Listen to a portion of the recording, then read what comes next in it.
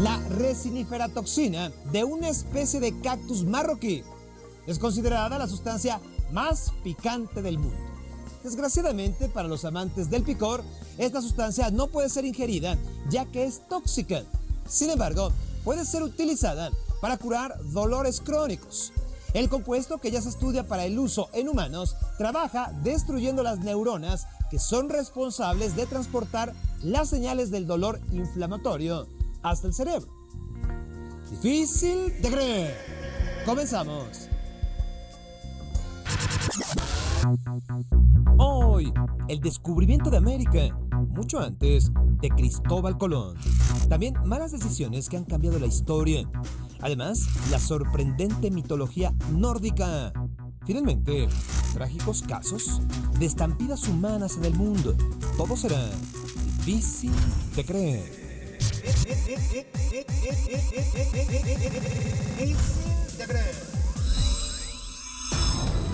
El 12 de octubre se celebra el llamado descubrimiento de América, que es cuando Cristóbal Colón llegó en 1492 a una isla de este continente.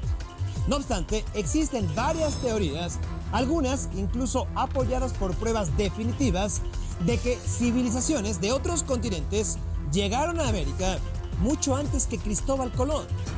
Hablemos de ello. Es difícil de creer. Primero, hablemos de las teorías más respaldadas, las de los asentamientos vikingos en América. El primero del que se tiene registro es el que hizo Erik el Rojo en Groenlandia, una gran isla hacia el nororiente de América del Norte. Erik fue exiliado de su natal Islandia y viajó en barco varios kilómetros hasta allí en el siglo X. Le puso el nombre de Groenlandia porque en su idioma quería decir tierra verde, y pensó que ese nombre le resultaría atractivo a las personas y sería más fácil convencerlas para que fueran a colonizarla. Varios años después, sería el propio hijo de él, Leif Erikson, quien continuaría la exploración de América y lograría internarse en el continente para establecer la colonia de Vinland, parte del territorio de lo que ahora es Canadá. Eso fue 500 años antes de Cristóbal Colón. También se piensa que pudo haber contacto entre la gente de Polinesia y los nativos americanos, ya que presentan rasgos genéticos parecidos. Algunos vocablos son muy similares e incluso se han encontrado datos de que el camote, la planta nativa de América Central, ya se cultivaba en Polinesia desde el año 1000, mucho antes de los viajes de Colón. El libro de los Mormones cuenta la historia de un hombre israelita llamado Lehi, quien salió de Israel junto con su familia para buscar la tierra prometida. Según la tradición, este grupo construyó un barco capaz de cruzar el océano y lograron llegar hasta América. Existe otro relato de un hombre de fe que llegó hasta América y fue San Brandano, llamado también el Explorador, un monje evangelizador irlandés del siglo VI que, según la leyenda, viajó durante 7 años por el océano encontrando islas maravillosas, monstruos marinos y la tierra donde habitan los condenados para alcanzar finalmente el paraíso de los bienaventurados. Durante este viaje, se dice que incluso pudo llegar hasta las costas de América. Otras teorías no muy creíbles hablan de que algunos caballeros templarios lograron escapar de Francia antes de que se declarara la infame orden de aprehensión en su contra, y entonces lograron llegar en barco hasta el continente americano, llevando su religión, sus tesoros y sus secretos, como por ejemplo la localización del Santo Grial. Otras de las teorías sobre los primeros descubridores de América hablan sobre un príncipe galés llamado Madoc, que, cansado de pelear con sus hermanos por el derecho al trono, juntó una pequeña flota para explorar el océano Atlántico. Finalmente, llegó a una tierra de abundancia que se piensa era América, en alguna parte de lo que hoy se conoce como Florida en Estados Unidos. Madoc regresó a su hogar por gente que le ayudara a colonizar los nuevos territorios. Y después ya nunca se supo más de él. Hoy en día, la mayoría de los historiadores piensa que esto es solo un mito que intentaron perpetuar los ingleses tras el descubrimiento de América por Cristóbal Colón, para poder reclamar los nuevos territorios. argumentando que un miembro del reino inglés había llegado antes que los españoles. Aparte de estas teorías, hay otras que hablan sobre otros pueblos que pudieron haber llegado hasta América, desde chinos hasta romanos, pero las pruebas no son concluyentes, así que la historia seguirá hablando de Cristóbal Colón como el descubridor de nuestro continente, el descubridor de América.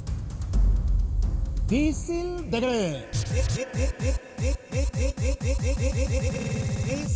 de creer.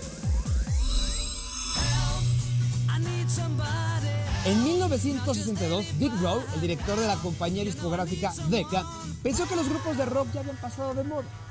Por eso, cuando una banda formada por 4 jóvenes músicos audicionó para él, no los contrató. Pocos meses después, Dick Rowe se arrepentiría. Había tomado la peor decisión de su vida. Es decir, había rechazado a ellos, a los Beatles, que se convertirían en el grupo más importante de la historia. Hablemos entonces de las peores decisiones. Difíciles de creer. Hablando de malas decisiones comerciales, podríamos mencionar a los responsables de 12 compañías editoriales que rechazaron el libro de Harry Potter porque pensaban que no tendría éxito. Repito, lo rechazaron 12 compañías editoriales. La única que lo aceptó fue a regañadientes y solo publicó el libro porque la hija de uno de sus directivos había leído el manuscrito y le había encantado. Sin embargo, muchas de las peores decisiones de la historia han tenido consecuencias fatales. Por ejemplo, en los años 50, los encargados del Departamento de Salud de Estados Unidos tomaron una de las peores decisiones posibles cuando aprobaron un medicamento llamado talidomida, que en teoría evitaba los mareos asociados al embarazo. Sin embargo, la talidomida provocaba terribles efectos secundarios como malformaciones genéticas. Además, el 40% de los bebés que fueron expuestos a esta medicina fallecieron. Lo peor es que el error se corrigió casi 10 años después de su aparición. Los que saben de historia militar tienen un dicho: nunca te enfrentes a los rusos en Rusia. No obstante, algunos de los mejores militares del mundo decidieron no escuchar las advertencias. Se enfrentaron contra la absoluta derrota. En junio de 1812, Napoleón decidió invadir Rusia y para ello reunió a uno de los ejércitos más grandes de todos los tiempos, 600,000 hombres listos para conquistar Moscú. Napoleón estaba tan confiado en su victoria que calculó que la guerra no duraría más de 20 días, pero calculó mal. Las enfermedades, una plaga de pulgas, falta de comida, las temperaturas heladas y finalmente el ejército ruso hicieron que Napoleón se retirara no sin antes perder a 500,000 hombres. Sí, 500,000 de soldados murieron por la decisión de invadir ese país. El mismo error lo cometieron los nazis en la Segunda Guerra Mundial cuando intentaron invadir a la Unión Soviética. Cuando los soldados alemanes llegaron a Moscú, era diciembre de 1941, por lo que, de nuevo, el inclemente frío ruso se convirtió en el peor enemigo de las tropas nazis que no pudieron invadir el país y así comenzaron su camino a la derrota definitiva. Pregunto, ¿se puede impedir tomar una mala decisión? ¿La podemos evitar? De acuerdo con muchos investigadores, la solución es irnos con lo primero que nos venga a la mente. Y no es algo mágico. Lo que sucede es que el cerebro analiza millones de datos de manera inconsciente y generalmente esa decisión que aparentemente aparece de la nada, en realidad es producto de este análisis cerebral. Hay que confiar en lo primero que se nos venga a la mente.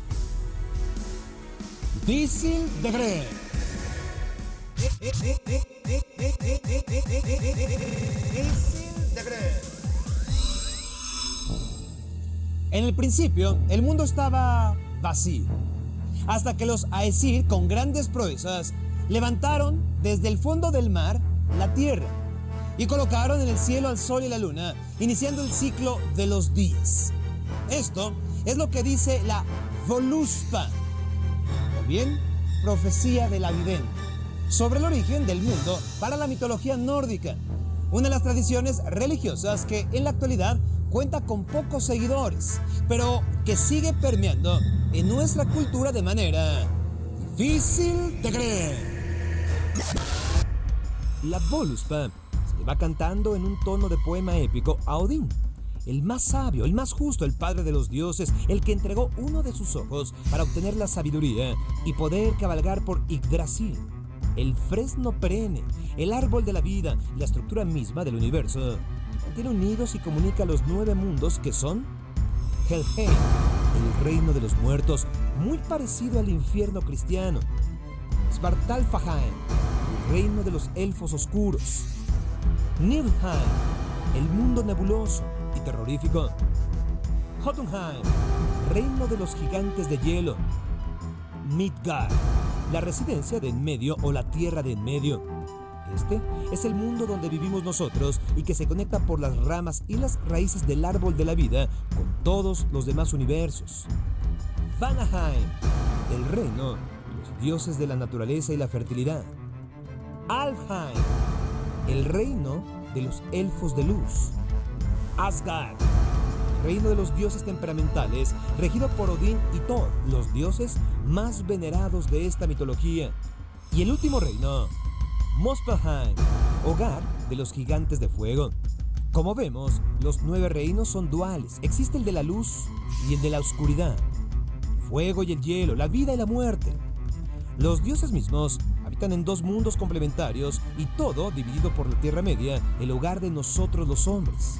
El tablero de ajedrez donde las voluntades del orden y del caos juegan para definir el destino del universo. Así como en el cristianismo existe el apocalipsis, para los nórdicos existe el Ragnarok, la batalla del fin del mundo, donde los dioses liderados por Odín lucharán contra los gigantes liderados por Loki, a quien se le conoce como el origen de todo fraude. Loki no es una divinidad de la misma forma que Thor u Odín, no. Al ser hijo de los gigantes, tiene poderes increíbles, pero sus verdaderas habilidades son la mentira, la trampa, el engaño y la broma. Por ello, es que no se le considera como un dios maligno, más bien como un ser mitológico que sigue sus impulsos y que es necesario para mantener la dualidad nórdica que desatará el fin de los tiempos y donde se determinará de una vez por todas qué mundo debe prevalecer. Esto es importante ya que los dioses nórdicos no son inmortales. Ellos viven largos periodos de tiempo, pero además cuentan con un secreto. Cuando llega el momento, comen de las manzanas de la diosa Idun, las que prolongan su vida y juventud. Por otro lado, Thor es el dios más querido por sus seguidores. En ocasiones tiene el mismo estatuto que Odín y a veces lo supera. Él es de espíritu aventurero, pero sabe de las responsabilidades de un líder, aunque nunca dice que no a un combate. La batalla era un lugar muy importante para esta tradición, ya que al morir luchando era considerado el más grande honor y se recompensaba siendo llevado al Valhalla, el salón de los muertos, donde eran recibidos y tratados como vencedores por las valquirias, las hijas guerreras de Odín.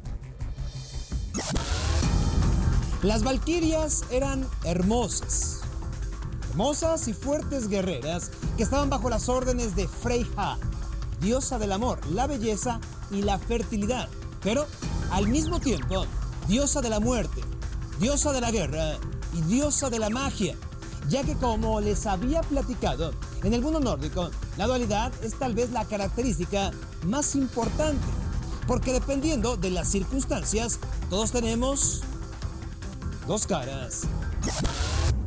Algunos pensarán que debido a que nuestras tradiciones nos hablan del bien y el mal en constante lucha, las ideas de la mitología nórdica que hablan sobre el caos y el orden en constante reacomodo no tendrían mucha cabida en nuestro mundo actual.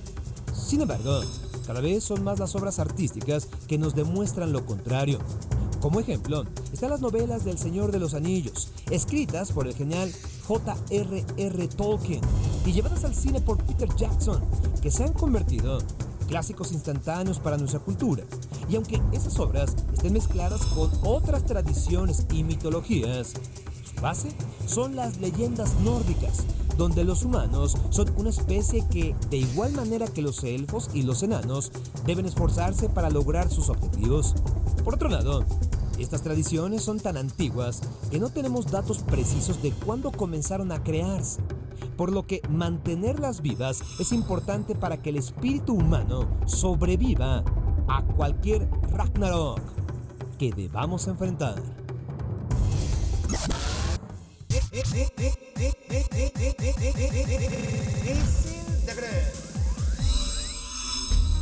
En nuestro cuerpo hay 10 veces más bacterias que células humanas. 10 veces más. Difícil de creer.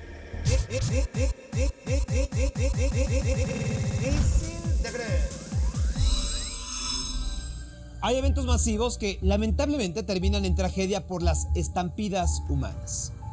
Parece irónico, pero muchas de estas se desatan por pequeñas circunstancias que en cuestión de minutos crecen sin control, pero otras inician y culminan en medio de verdaderos desastres.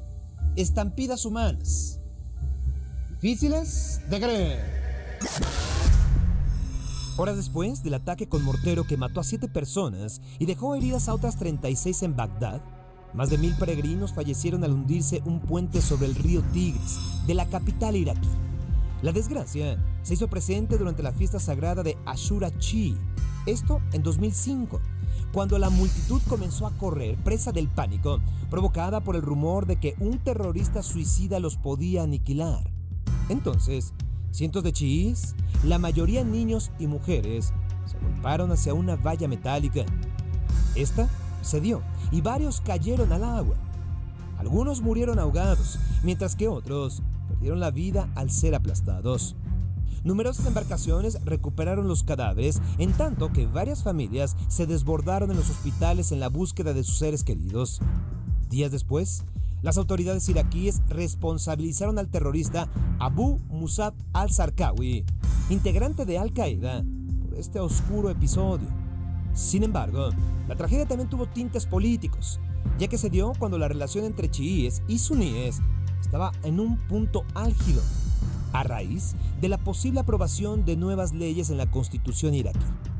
Este hecho acrecentó la violencia en la zona y un lastimoso resultado fue esta estampida humana, catalogada como la más grave de los últimos tiempos. Las avalanchas humanas son tan letales por la presión que ejerce la multitud en una sola dirección. La fuerza de cada persona se va sumando a las de otras, de modo que algunos no tienen escapatoria. Sufren un empuje colosal, pues esa presión llega a ser tan intensa que es capaz de doblar vallas o romper muros. Imagínense qué le hace al cuerpo humano.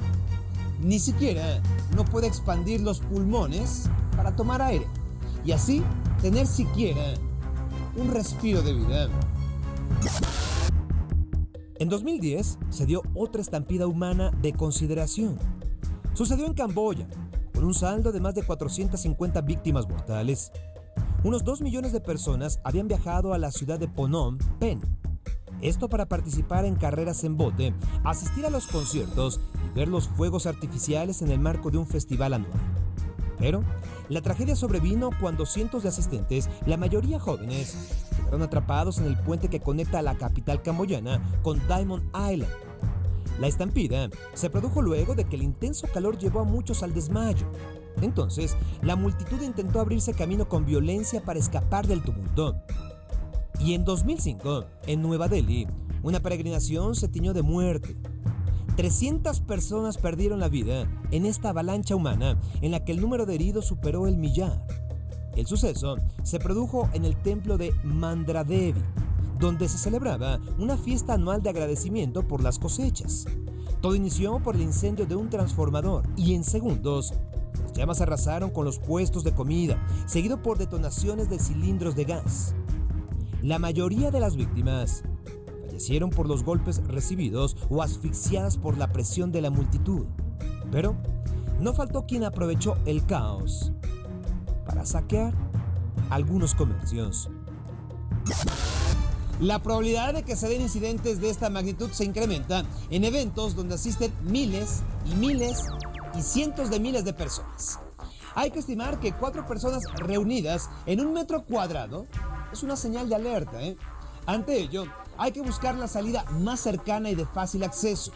Otra fórmula para detectar el peligro es cuando sientes que te están tocando por los 4 costados.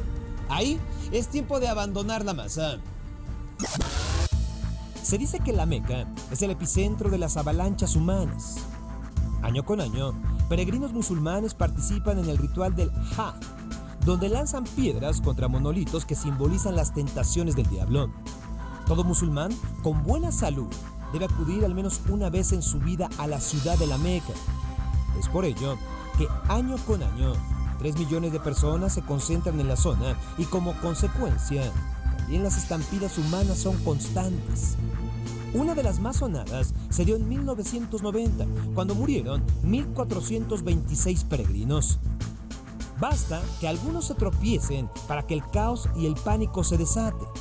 No obstante, otras surgen por la negligencia de los cuerpos de seguridad, como se dio en una discoteca en Chicago, donde perdieron la vida 21 personas, luego de que los vigilantes rociaron gases lacrimógenos contra la multitud para contener una pelea. En la Universidad Técnica de Múnich se enseñó un programa informático capaz de simular cómo se comportarán las masas a la hora de evacuar. Esto con el objeto de ayudar a los servicios de emergencia para detectar antes de la celebración del espectáculo zonas de riesgo, cuellos de botella u obstáculos en las salidas y así evitar estas catástrofes. Difícil de creer. Soy Sergio Sepúlveda. Hasta la próxima.